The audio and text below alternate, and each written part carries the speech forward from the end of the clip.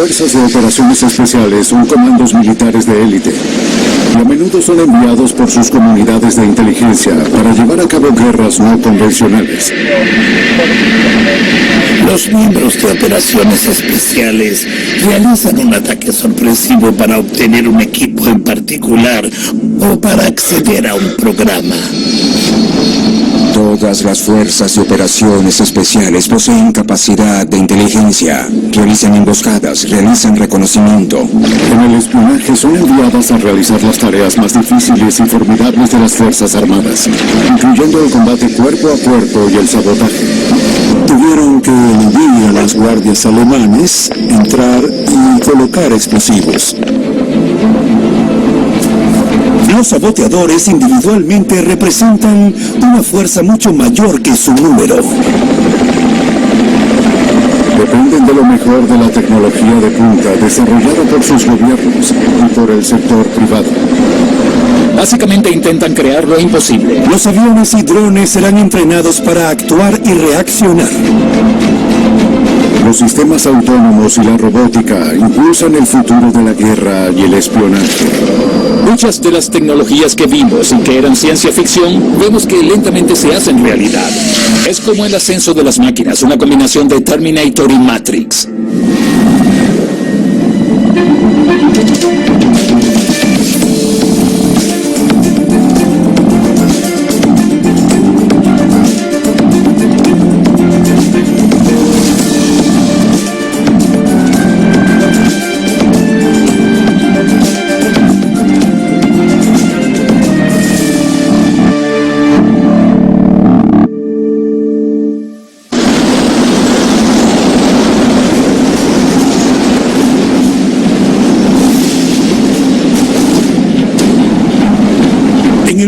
Del espionaje, hay muchos modos de lograr los objetivos y los gobiernos a menudo les encargan a los servicios de inteligencia no solo la obtención de información, sino también las acciones encubiertas.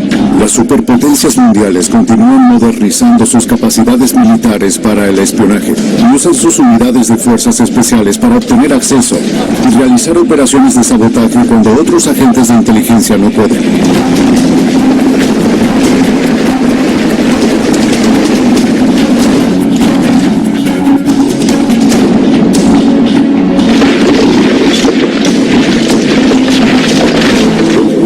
Ejemplo del uso del sabotaje en tiempos de guerra fue dirigido por un equipo de la SOE, o la Dirección de Operaciones Especiales Británica, que entrenó a comandos noruegos durante la Segunda Guerra Mundial. La operación de nombre código Gunnerside fue una audaz misión para evitar que los nazis produjesen una bomba atómica. Los alemanes construyeron una planta de agua pesada en un lugar de Noruega llamado Rjukan. La idea era que el agua pesada se usaría en el programa de la bomba atómica alemana. El agua pesada habría sido usada como precursora de algún tipo de arma atómica que deseaban los alemanes.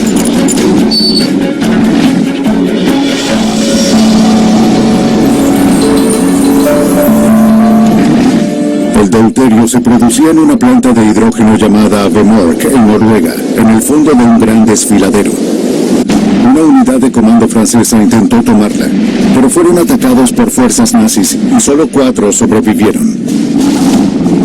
El teniente Romberg y 5 comandos noruegos intentaron de nuevo tomarla, uniéndose a los 4 combatientes en el sitio. Era un pequeño destacamento que bajó en paracaídas en el norte de Noruega, donde pudieron aterrizar con seguridad sin ser detectados por los alemanes. Era una misión muy difícil porque después tenían que llegar a Rjukan. Los 5 comandos tardaron una semana para reunirse con los 4 combatientes franceses. Les informaron que los alemanes habían elevado la seguridad de la planta, incluyendo minas y trampas. La unidad de 9 hombres avanzó hasta Vemork, sin ser vista, y luego se separó en 2 grupos, uno para destruir la instalación y el otro para fungir de vigías.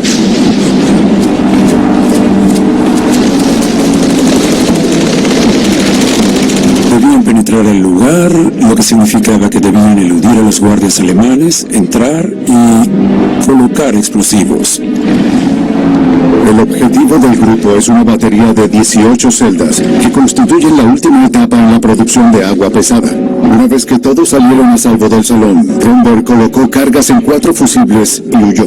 La operación Gunnerside fue una de las misiones de sabotaje más exitosas de toda la guerra.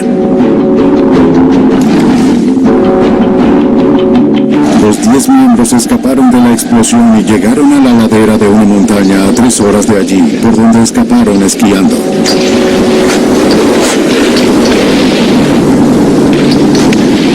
Esos eran hombres muy valientes. Los saboteadores individualmente representan una fuerza mucho mayor que su número. El Comando de Operaciones Especiales de Estados Unidos, o SOCOM, es el comando unificado de combate a cargo de supervisar las diversas operaciones especiales de las Fuerzas Armadas de Estados Unidos, incluyendo a los Rangers del Ejército, una fuerza superior de acción y asalto directo, cuyas tácticas fueron desarrolladas por el mayor Rogers en 1756.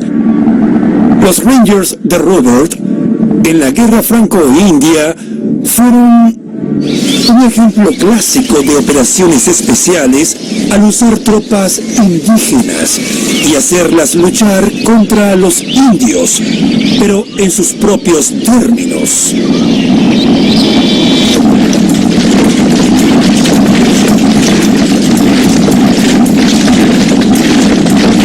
En lugar de marchar en una línea perfecta con uniformes rojos y todos al compás del tambor, vestían con pieles de ante, usaban uniformes verdes, se camuflaban, llevaban un mosquete, una pistola y un tomahawk e iniciaban una guerra de guerrillas.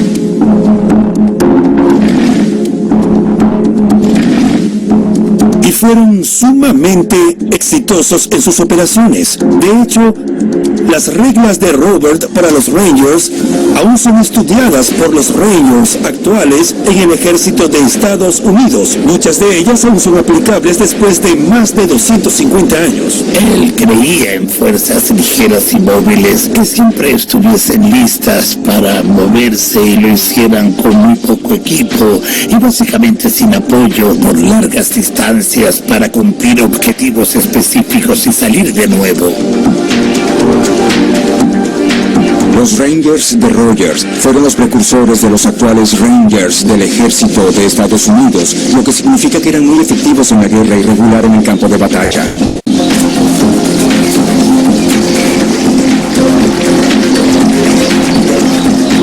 La estrategia usada ayer y hoy por los Rangers en el campo de batalla es muy similar. De hecho, se trata de acercarse y enfrentar al enemigo.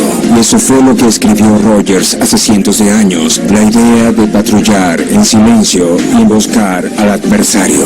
Los Rangers actuales son entrenados en las mismas tácticas, usando los mismos principios. La obtención de información se limita a las fuentes humanas o técnicas, pero ha habido casos en los que las fuerzas especiales han sido usadas para entrar y realizar un ataque sorpresivo, para obtener un equipo en particular o acceder a un programa. Algunos países usan personal para estas fuerzas especiales. Creo que hay una notable similitud entre las fuerzas especiales en todo el mundo. Todas las fuerzas de operaciones especiales poseen capacidades de inteligencia, reciben apoyo de los agentes de inteligencia, armados con buena información. Realizan asaltos, realizan emboscadas, realizan reconocimiento y en algunos casos trabajan con las fuerzas regulares y con fuerzas guerrilleras. Eso es casi universal. La OSS, u Oficina de Servicios Estratégicos, fue la predecesora de la CIA y de la Agencia de Inteligencia de Estados Unidos durante la Segunda Guerra Mundial. Nuestra OSS siguió el modelo de la Dirección Británica de Operaciones Especiales, que combinaba la recopilación de inteligencia con acciones encubiertas, el trabajo con los partisanos y el sabotaje. Así que lo vemos como una parte integral de nuestro servicio de inteligencia. La Oficina de Servicios Estratégicos fue fundada durante la Segunda Guerra Mundial para brindar un tipo de apoyo de inteligencia no estándar a las operaciones militares. Eran parte de la milicia comandados por el entonces general de división salvaje, Bill Donovan, quien fue un gran héroe de la Primera Guerra Mundial. La OSS, o la Oficina de Servicios Estratégicos, tenía básicamente dos misiones. Una era obtener inteligencia y la otra, realizar operaciones paramilitares tras líneas enemigas. Fue disuelta en 1945. Muchos países tienen su propia versión de las Fuerzas de Operaciones Especiales. La Dirección Británica de Operaciones Especiales, conocida como SOE, fue la génesis de la Unidad Auxiliar de Guardia Local. Permanecían tras las tropas y se preparaban para ocultarse cuando los alemanes invadían, y luego atacaban desde atrás. Igual que la Oficina de Servicios Estratégicos de Estados Unidos, su tarea era equipar, entrenar y dirigir grupos de resistencia en áreas ocupadas por fuerzas alemanas, además de participar en operaciones agresivas de sabotaje.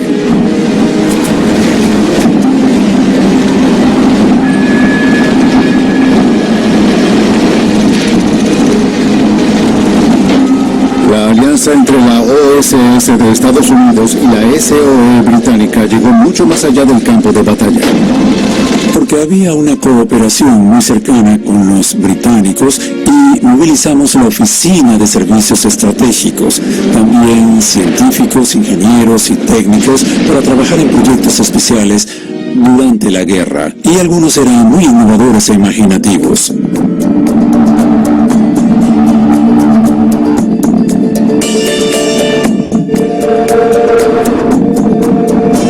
Muchas armas y aparatos innovadores fueron producidos especialmente por la OSS. La pistola Liberator era una arma de fabricación barata que debía ser distribuida a los grupos de resistencia en los países ocupados.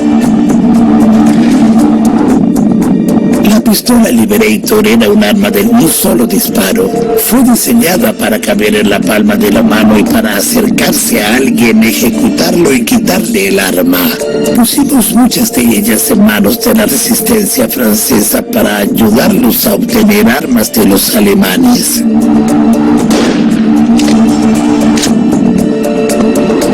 La resistencia rara vez llevaba documentos detallados en caso de que fuesen atrapados, así que realmente no sabemos con qué frecuencia se usaron durante la guerra.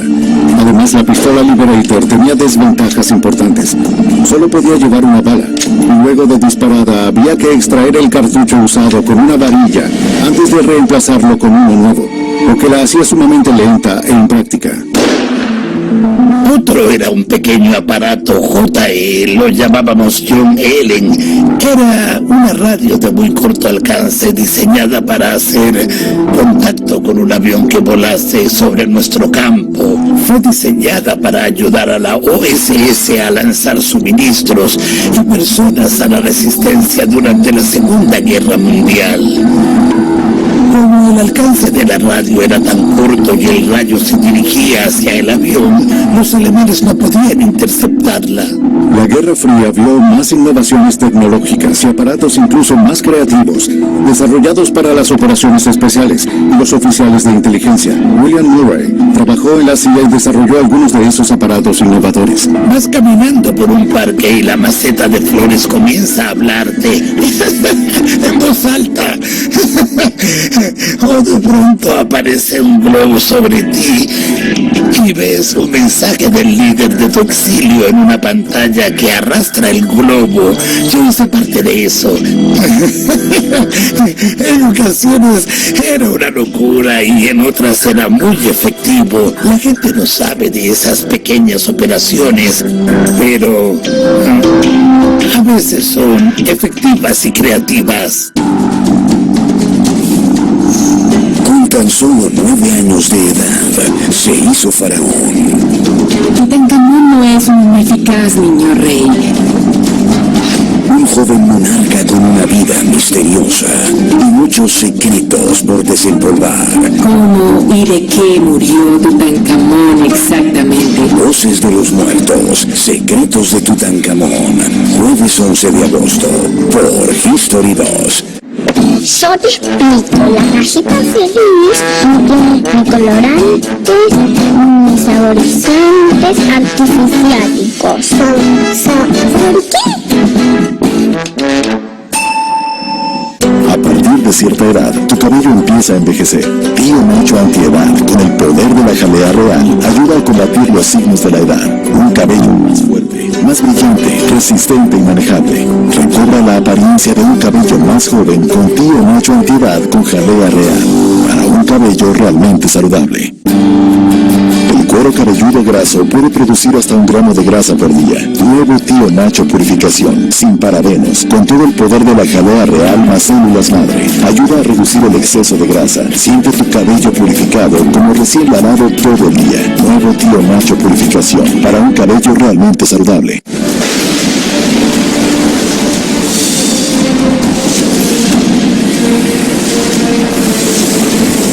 En el Olimpo, sobre la tierra y en el inframundo, dioses y hombres escribieron las más fantásticas leyendas mitológicas. Grandes mitos griegos. Viernes, por History 2. Mucha más historia.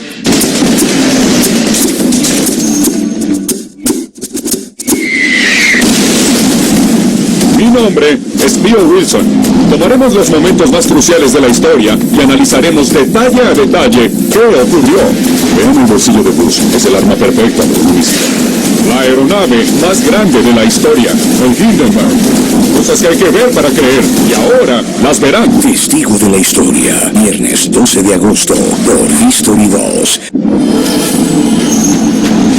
En un mundo lleno de misterios. Keops erigió la pirámide más grande de Egipto. Existen historias tan poderosas que han cambiado el destino de la humanidad. Sin duda fue uno de los eventos cataclísmicos que puso a la Unión Soviética en el camino hacia su colapso final. Viaja en el tiempo y sumérgete en ellas. History 2. ¿Qué ocurre cuando se cree que existió un gran tesoro, pero aún no se ha localizado? La obsesión por encontrarlo se vuelve cada vez más grande. Si hay un barco allí, quiero ver la evidencia. 57 hectáreas han sido divididas para explorar y excavar a profundidad. Perforamos algo que no había sido perforado en mucho tiempo. La cámara desplazada. Exacto. La maldición de la isla. Nuevos episodios. Esta noche a las 10. Los soviéticos también crearon su propia colección de aparatos innovadores.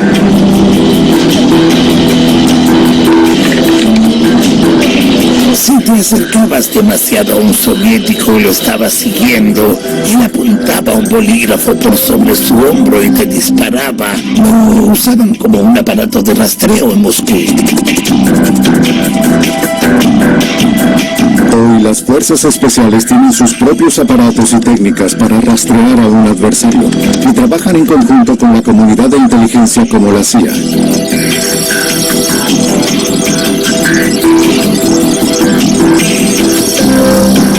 Las operaciones especiales son el último paso en lo que llamaría operaciones de acción política.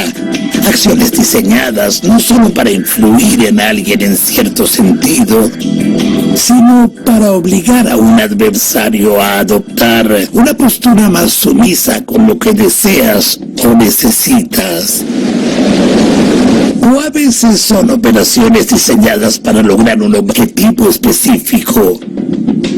Entrar y obtener una información o un equipo en particular, o incluso tal vez rescatar a una persona, quizá ayudar a alguien a escapar de un país, ya sea uno de los nuestros o un extranjero. Los SEAL de la Marina de Estados Unidos es un grupo selecto de operaciones especiales entrenado para realizar ataques directos o asaltos a blancos enemigos. Realizan misiones de reconocimiento para reportar la actividad enemiga y participan en acciones contra grupos terroristas. Durante la Segunda Guerra Mundial, los equipos de demolición subacuática iban secreta y clandestinamente a las playas para mapear las defensas enemigas. Y esa es una capacidad que poseen los SEAL actualmente: entrar a lugares de difícil acceso, ya sea por mar, aire o tierra, y obtener inteligencia que podría apoyar una operación subsiguiente. Creo que los SEAL en general son principalmente asaltantes, pero hay especialistas en reconocimiento y en algunos casos pueden considerarse espías. No desean ser atrapados mientras se acercan al enemigo para realizar vigilancia y preparación para una operación.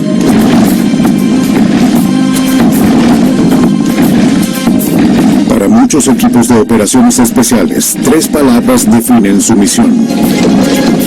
Un equipo podría eliminar blancos muchas noches de la semana. Eligieron las palabras encontrar, fijar y terminar. El componente encontrar es un producto de la inteligencia analítica que dice que vamos a encontrar e identificar a la persona que será el blanco. El segundo componente, que sigue siendo principalmente de inteligencia, es fijarlos en un lugar específico donde sabemos que estarán. Una vez hecho eso, se pasa al elemento de acción, que podría ser un equipo Delta, o un equipo SEAL, o un equipo Ranger asignado para ir allí y acabar con el blanco. Podría tratarse de capturar o, de ser necesario, matar al blanco. Los elementos encontrar, fijar y terminar han sido incorporados en varias misiones de operaciones especiales de alto perfil en años recientes, incluyendo la Operación Amanecer Rojo, para capturar a Saddam Hussein en 2003. Finalmente, atrapar a Saddam Hussein resultó ser más endemoniadamente difícil de lo que se imaginó. Y lo que se creía era que él permanecería con sus consejeros de más alto nivel y presentaría algún tipo de defensa final, como en el Álamo. Y Estados Unidos descubrió que fue todo lo contrario. Básicamente la milicia y los servicios de inteligencia iraquíes desaparecieron del mapa. Le pusieron las armas, cambiaron los uniformes por ropa civil y desaparecieron. Saddam logró sobrevivir gracias a la cultura tribal que existía y a partidarios que él y su tribu de personas habían apoyado y cultivado por muchas décadas. Sus principales guardaespaldas habían vivido todos en cierto pueblo. Habían prosperado, eran la élite exitosa del pueblo. Él contaba con mucha lealtad de sus seguidores. Pero decidió, muy astutamente, que su mayor defensa y seguridad estaba en no viajar con una gran comitiva y en cambiar su ubicación casi a diario. Al final viajaba en taxi con un guardaespaldas, un maletín lleno de efectivo y armas, e iba de un lugar predefinido a otro, sin quedarse jamás en el mismo lugar más de una noche. Y lo que nadie pareció notar nunca fueron los taxis. Rastrear a alguien no siempre depende de aparatos de alta tecnología. Y en el caso de Saddam Hussein, fue tan simple como seguir sus huellas digitales. Finalmente, unos analistas muy ingeniosos elaboraron un diagrama de su entorno social y comenzaron a analizar a quienes estaban más cerca de él, en especial a los guardaespaldas. Comenzaron a analizar sus celulares, investigaron a las personas con quienes hablaban.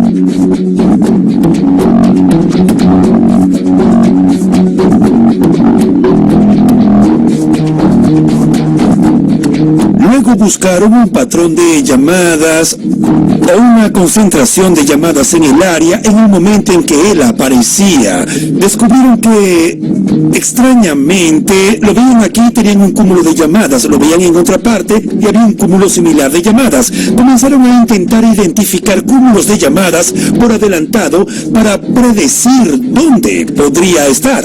Y al conectar los puntos, lograron identificar cuáles llamadas predecían sus movimientos. Finalmente, lograron ubicarlo en un zulo. Y el zulo era literalmente una tumba subterránea preparada donde él estaba. Al principio hallaron el sitio, no vieron nada allí, entraron y hallaron lo que en efecto era la escotilla. La abrieron, iluminaron y consideraron arrojar una granada. Y fue entonces cuando él gritó: ¡alto! Soy el presidente de Irak, quiero negociar. Como sabemos ahora, los SEAL no tenían interés en negociar. Saddam Hussein fue capturado, enjuiciado y ejecutado por ahorcamiento el 30 de diciembre de 2006.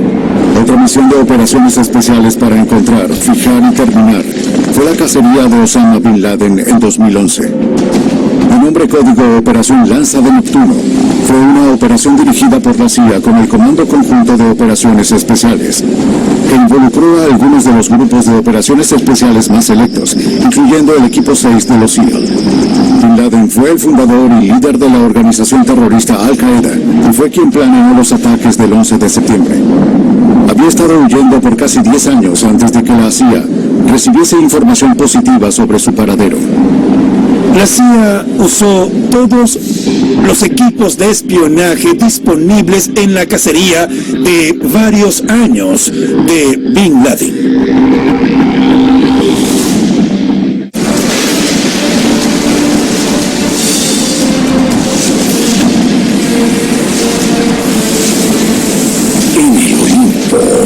Sobre la tierra y en el inframundo, dioses y hombres escribieron las más fantásticas leyendas mitológicas.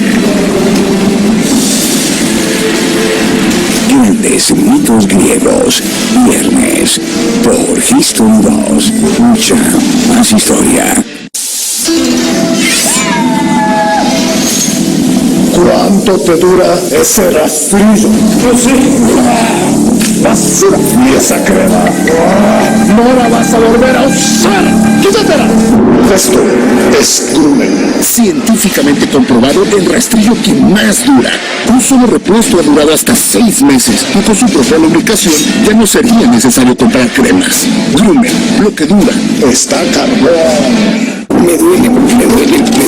Si el dolor es crónico, no puedes olvidarte de él. Desde el Colegio Mexicano de Ortopedia y Traumatología recomendamos Alitriple. Su fórmula con diclofenaco y complejo vitamínico B tiene triple acción. Desinflama, relaja las fibras nerviosas y alivia el dolor. Ya me duele.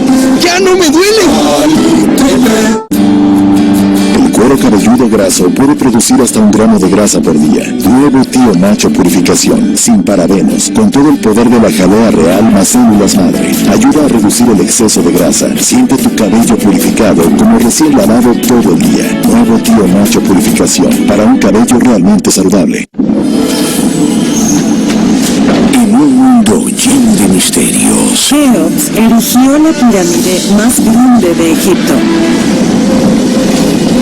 existen historias tan poderosas que han cambiado el destino de la humanidad. Sin duda fue uno de los eventos cataclísmicos que puso a la Unión Soviética en el camino hacia su colapso final.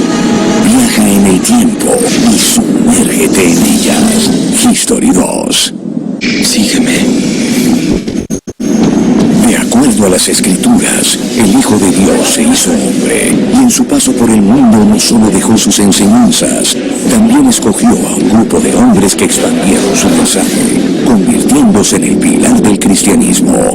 Un maratón para conocer sus primeros milagros y revelaciones como el Mesías. The Chosen, Los Elegidos, lunes 8 de agosto desde las 9 de la noche, por History 2. Con tan solo 9 años de edad, se hizo faraón. Tutankamón no es un eficaz niño rey. Un joven monarca con una vida misteriosa y muchos secretos por desempolvar. ¿Cómo y de qué murió Tutankamón exactamente? Voces de los muertos, secretos de Tutankamón. Jueves 11 de agosto, por History 2. La inmortalidad era un privilegio que debía ganarse en vida.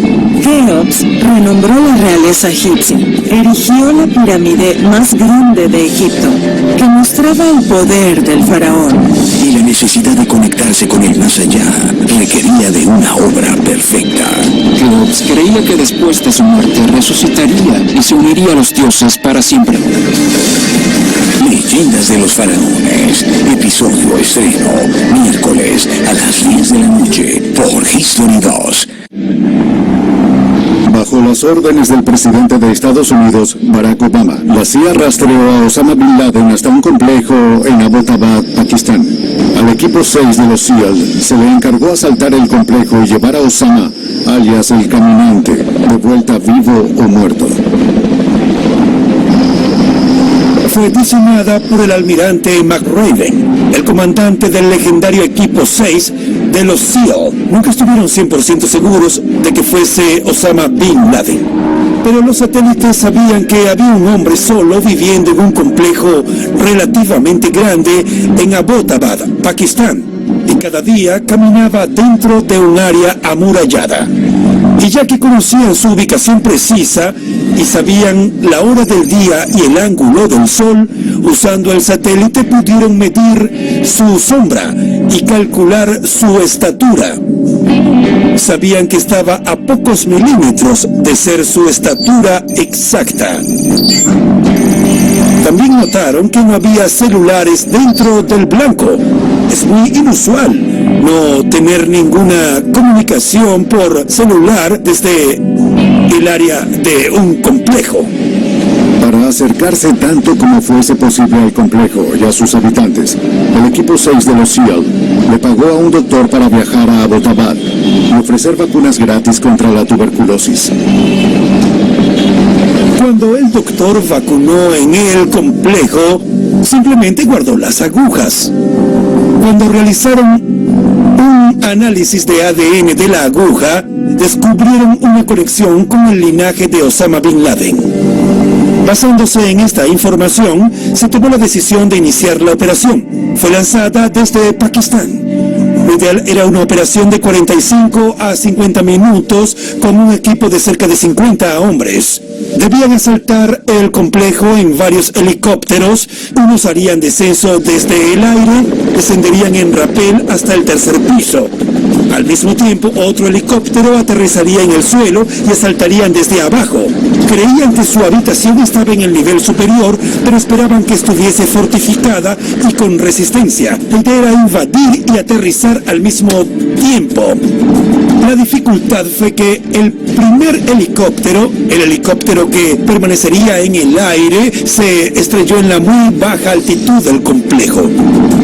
Todo el equipo, en efecto, tuvo que asaltar el edificio desde abajo. Lograron entrar y mataron a un terrorista en uno de los edificios al hacerlo. Mataron a su hijo, quien estaba bloqueando el segundo piso. Lograron acceder al tercer nivel y uno de los SEAL que subió allí vio a un hombre asomar la cabeza por una puerta y dispararon. Entraron a la habitación, era Bin Laden, dispararon de nuevo y murió.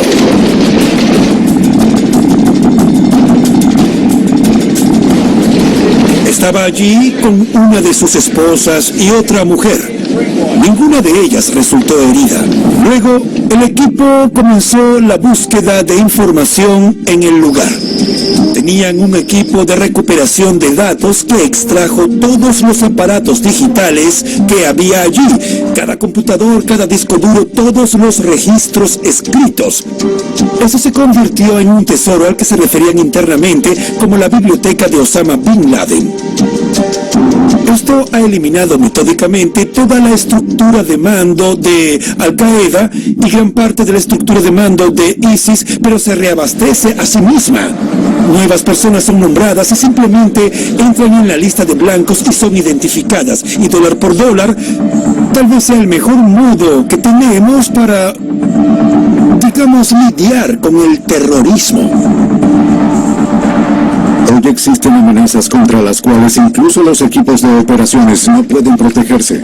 Sabotaje mediante videos falsos y robo de datos.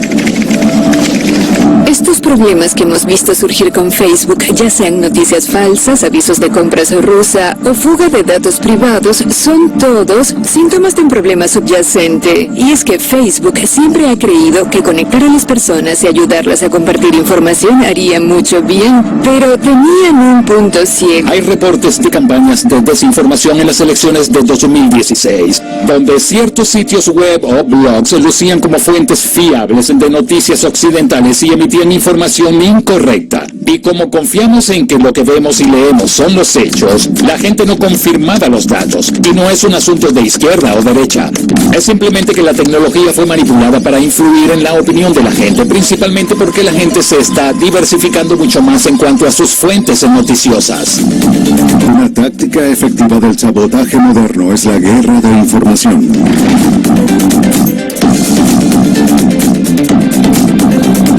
Se trata básicamente de usar un computador y un sistema de inteligencia artificial para crear un rostro que no existe, para crear un ser humano que nunca existió, dándole expresión y permitiéndole hablar y emitir cierta opinión.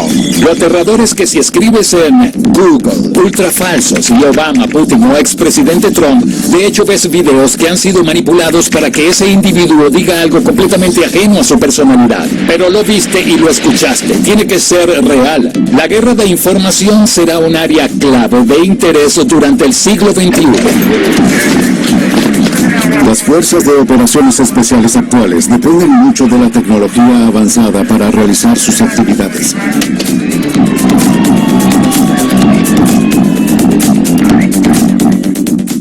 The Power of Dreams. La hicimos más excitante, más segura y más atractiva. La hicimos pensando en todas las experiencias que vivirás con ella. Sí, la hicimos más HRV que nunca. Nueva Honda HRV 2023. Tienes que vivirla.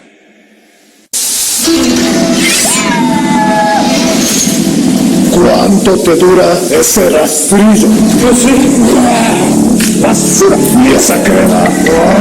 No la vas a volver a usar. Esto es Grumman. Científicamente comprobado, el rastrillo que más dura. Un solo repuesto ha durado hasta 6 meses y con su propia lubricación ya no sería necesario comprar cremas. Grumman, lo que dura.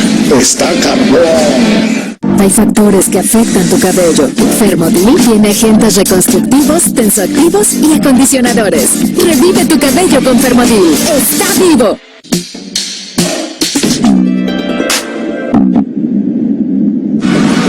¿Qué ocurre cuando se cree que existió un gran tesoro? Pero... Liz trae para ti MBS Hub, la nueva superplataforma de streaming.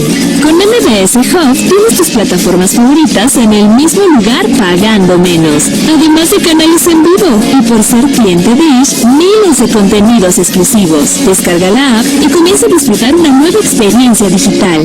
¿Todo bien, González? ¿Dolor de garganta?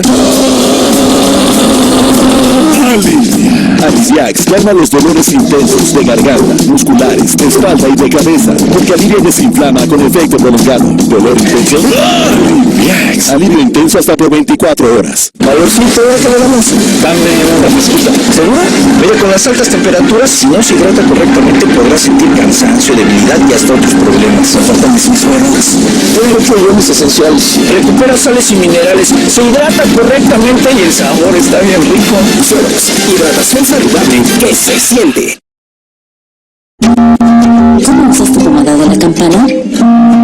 Yo le pongo una cucharada de azúcar bien refinada. Así exfolio bien mi cara por una vez a la semana. La pomada humectante que a tu piel dejará bien sana, sana, sana. Con pomada de la campana. Una migraña en tu cerebro se puede ver así, pero tú la puedes sentir así.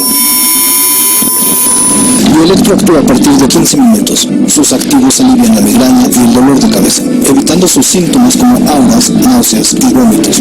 Toma 2 para la migraña y 1 para el dolor de cabeza. Bioelectro, el especialista en migraña. Consulta a su médico. ¿Dolor de cabeza?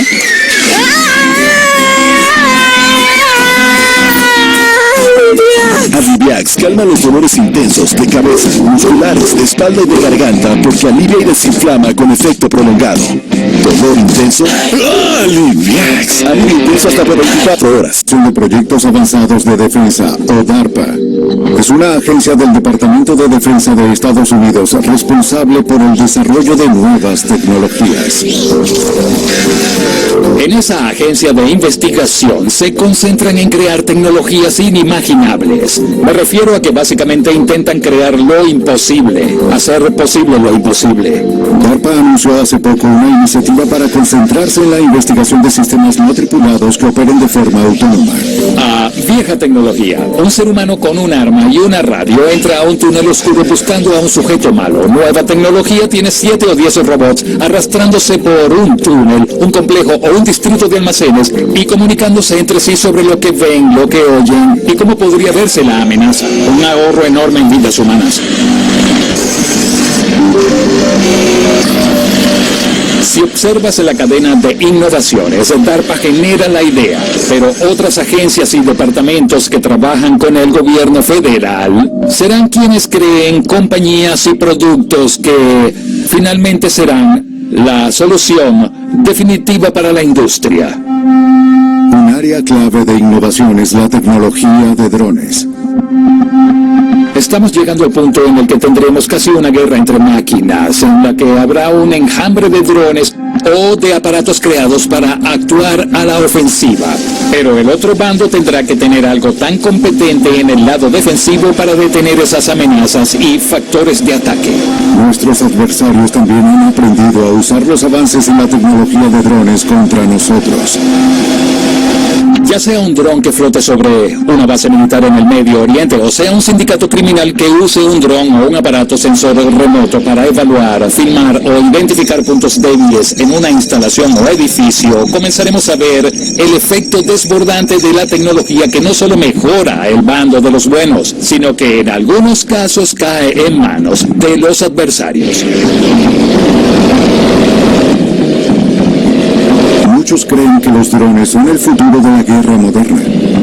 ¿Por qué arriesgaríamos las vidas de pilotos cuando podemos volar aviones no tripulados en su lugar? Así que el futuro probablemente sea más una guerra robótica, controlada y autónoma. Porque los aviones y drones serán entrenados para actuar y reaccionar. Recibirán cierto grupo de reglas y si se cumplen esas reglas, realizarán ciertas acciones. El mundo se vuelve más sofisticado. Al ser más complejos los sistemas de comunicación, lograr avances en la inteligencia artificial y la computación cuántica es difícil. Llegamos al punto en que podríamos tener una flota mayor de drones operando al unísono, tanto en misiones ofensivas como defensivas.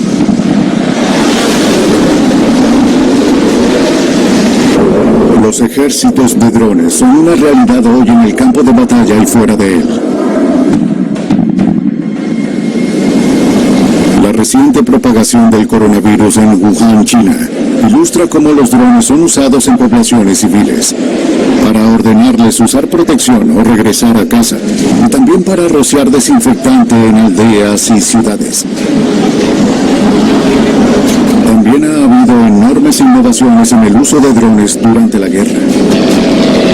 La Marina de Estados Unidos contrató a Boeing para desarrollar 4 enormes drones submarinos para librar guerras bajo la superficie del océano. Son llamados los Orca. Estos submarinos de ataque son parte de un programa de autonomía no tripulada de la Marina, que evoluciona rápidamente Actualmente son usados para reunir información y regresar al barco nodriza antes de descargar los datos. Pero están trabajando en modos de comunicarse en tiempo real, realizar misiones de reconocimiento, cazar, desplegar minas y disparar torpedos. La hipersónica es otra área a la que las naciones están dedicando muchos recursos para ver quién puede alcanzar el punto de dominio y avanzar primero.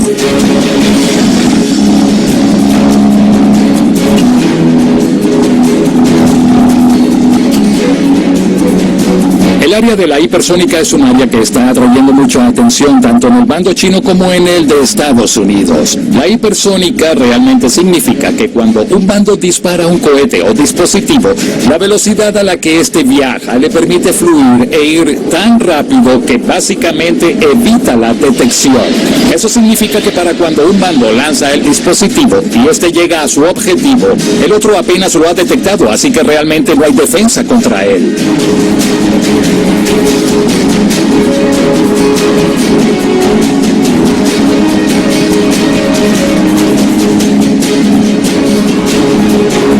Hace poco, China probó con éxito el Sincon 2, o cielo estrellado, que describió públicamente como un vehículo Wayrider hipersónico, una referencia al misil que puede viajar cerca del agua para evitar la detección y la defensa de misiles.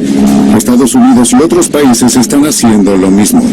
Muchas de las cosas que vimos a principios del siglo en cuanto a sistemas autónomos o robótica, Skynet y el Terminator, todo eso parecía poco probable, pero aquí estamos, 20 años después del inicio del siglo, y muchas de las tecnologías que vimos y eran ciencia ficción lentamente se hacen realidad, y es posible que estemos en los comienzos de una segunda carrera armamentista tecnológica. Mientras que el siglo XX se trató de armas nucleares y el espacio, el XXI será una carrera armamentista en áreas como la inteligencia artificial y la robótica. Y estas son cosas que son impulsadas por los rusos, los chinos, nosotros y algunas de nuestras contrapartes en Europa también. El beneficio de algunas de estas tecnologías es que mejoran y en algunos casos toman el lugar de lo que hacía un soldado regular. Por ejemplo, en el inicio de la Guerra del Golfo vimos infantes usando trajes y equipos especiales para ir a la línea del frente y desactivar una bomba, y eso los ponía en un enorme riesgo. Lo que vimos hacia el final de la Guerra del Golfo y lo que vemos hoy es que esa tarea ha sido reemplazada por un robot, por un dron, algo que ha removido al operador de esa línea directa de riesgo. Así que es un avance y un beneficio para nuestros soldados tener como punta de lanza a un robot en lugar de a un operador.